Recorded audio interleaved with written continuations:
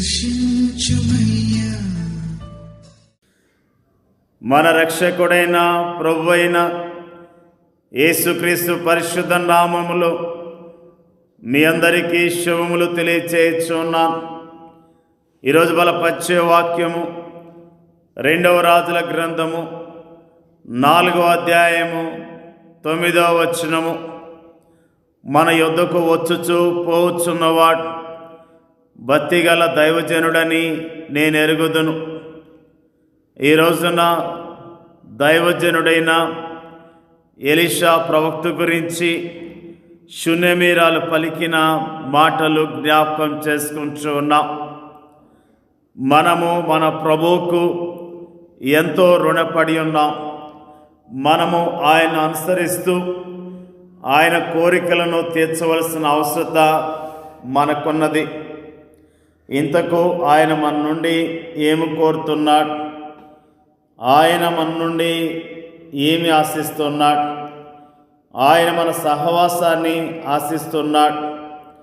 నిజమైన ప్రేమ మాత్రమే అలా ఆశిస్తుంది. మన పట్ల ఆయన ప్రేమ నిజమైన ప్రేమ, నిస్వార్థమైన ప్రేమ. అందుకే ఆ ప్రేమ మన సహవాసాన్ని ఆశిస్తుంది. మన సహవాసములో ఆనందించాలని కోరుకుంటుంది. ఈనాటి ధ్యాన వచనములో దైవజనుడు అనుదినము ఒక స్త్రీ ఇంటి మీదుగా వెళ్ళినట్లుగా మనం చదువుతున్నాం.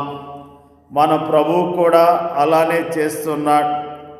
ఆయన మన హృదయాలలో, మన జీవితాల్లో స్థానాన్ని అన్వేషిస్తున్నాడు. మనము రక్షించబడ్డాక పరిశుద్ధాత్మ మనల్ని క్రీస్తులోనికిని, క్రీస్తు విషయాల్లోకిని నడిపిస్తున్నాడు. అయితే ప్రభుని యేసు మన హృదయాల్లోనూ మన జీవితాల్లోనూ స్థానాన్ని పొందాలని ఆశిస్తూ నిరంతరము మన చుట్టే తిరుగుచున్నాడు. ఇదిగో నేను తలుపు యొద్ద నిలుచుండి తట్టుచున్నాను. ఎవడైనను నా స్వరం విని తలుపు తీసినడలా నేను అతని యొద్దకు వచ్చి అతనితో నేనును నాతో కూడా అతడును భోజనము చేయుదుము అని ప్రభు అయిన యేసు పలకటాన్ని ప్రకటన గ్రంథములో మనము చదువుతున్నాం. తనకు ఆతిథ్యం ఇవ్వమని దైవజనుడు ఆ స్త్రీని కోరలేదు. బలవంతముగా ఆమె ఇంట్లోనికి వెళ్ళలేదు. కానీ భోజనమునకు రమ్మని ఆమె ఆ దైవజన్ని బలవంతం చేసింది. ఆమె ఆహ్వానించినప్పుడు మాత్రమే ఆ దైవజనుడు ఆమె ఇంటికి వెళ్ళాడు. ఆమెతో కలిసి భోజనం చేశాడు. మనము ఆహ్వానించినప్పుడు, మనము బలవంతం చేసినప్పుడు ప్రభు ఏమాత్రమో త్రోసిపుచ్చడు. మనము ప్రభు సహవాసాన్ని ఎంత ఎక్కువగా ఆశిస్తామో అంత ఎక్కువగా దాన్ని మనము అనుభవించి ఆనందిస్తామని ఒక దైవజనుడు అంటున్నాడు. ఇది ముమ్మాటికి నిజమే. మనము నిజముగా ప్రభువుని ప్రేమిస్తున్నట్లయితే, మనము నిజముగా ఆయనను ఆశిస్తున్నట్లయితే మనం తప్పక ఆయన సహవాసాన్ని కోరుకుంటాం. ఎలీషా షూనేమీరాల ఇంటికి వెళ్ళిన ప్రతిసారి ఆమె ఆయనలో అమితముగా ఆనందించింది. అవన్నీ ఆమెకు అద్భుతమైన విషయాలు. అవన్నీ ఆమెకు పండుగ దినాలే.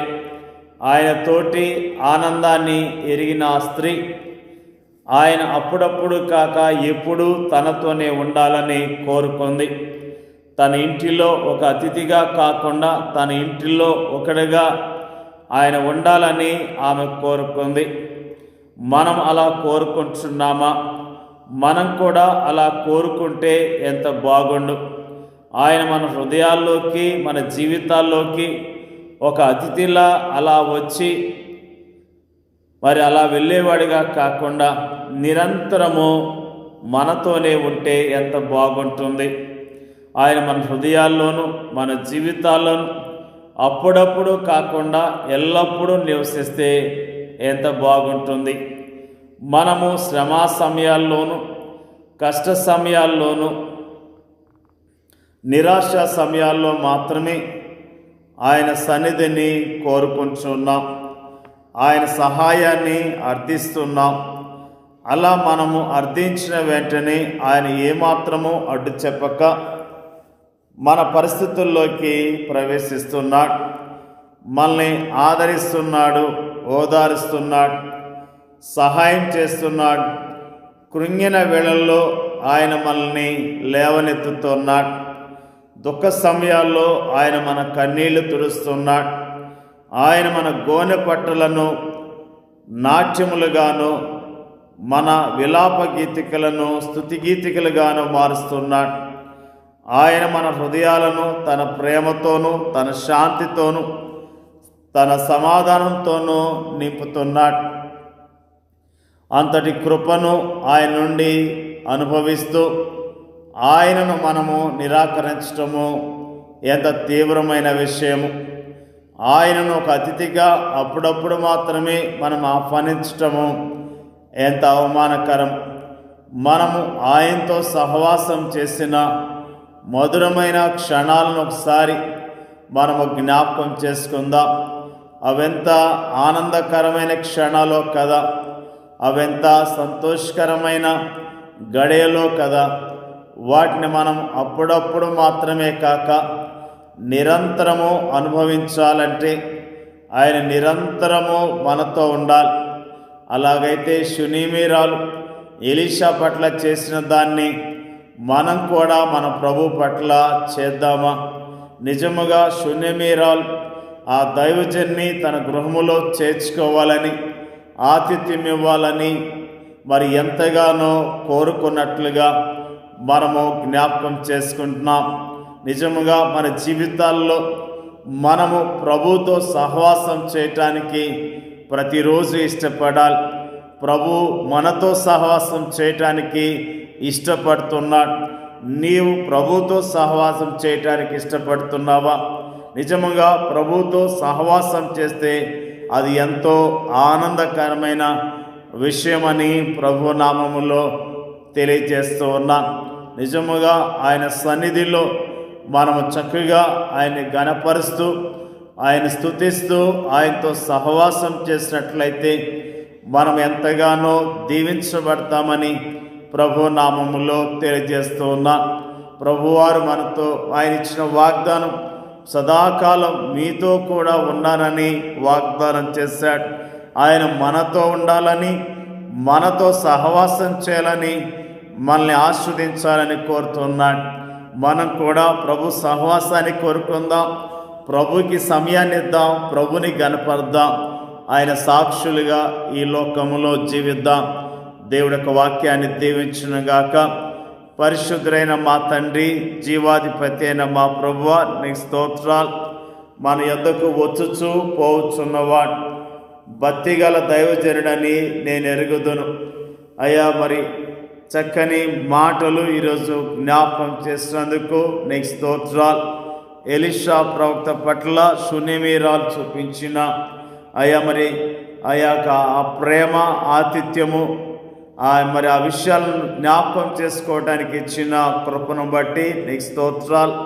నిజంగా ప్రభువా, మేము కూడా మా జీవితాల్లో నీతో సహవాసం చేయటానికి, ఇష్టపడటానికి, నీ మాటలు వినటానికి, నిన్ను గణపరచడానికి మీరే మాకు కృపను దయచేయమని ప్రార్థన చేయించున్నాం. ప్రభువా, వాక్యం ఇచ్చున్న ప్రతి దైవజనుని, ప్రతి కుటుంబాన్ని దీవించి ఆస్వాదించండి అయ్యా. నీకు వందనాలు తెలియజేస్తూ ఉన్నాం. మా దేశంలో నీ పరిచర్య చేస్తున్న సేవకులను దీవించండి అయ్యా. నీకు స్తోత్రాలు. సేవకులు పరిచర్య చేస్తూ ఉన్నారు, నీ వాక్యాన్ని ప్రకటిస్తున్నారు ప్రభువా, నిన్ను గణపరుస్తున్నారు ప్రభువా. సేవకులను బలపరచండి, ధైర్యపరచండి, నీ పరిచర్యలో బలముగా వాడుకోమని ప్రార్థన చేయుచున్నాం. సేవకులు ప్రభువా, నీ వాక్యము ద్వారా మరి ప్రభువా, మరి ధైర్యము తెచ్చుకొని విశ్వాసముతో ఇంకా అధికముగా సేవ చేయటానికి కావలసిన బలాన్ని దయచేయమని ప్రార్థన చేయుచున్నాం. మా దేశంలో ప్రపంచవ్యాప్తముగా సేవ చేస్తున్న సేవకులను, వారి కుటుంబాలను జ్ఞాపకం చేసుకొని దీవించి ఆస్వాదించండి. వారికి ఉన్న ప్రతి అవసరత మీరు తీర్చమని యేసుక్రీస్తు పరిశుద్ధమైన నామములో అడిగి వేడుకొంచున్నాం తండ్రి. ఆమేన్.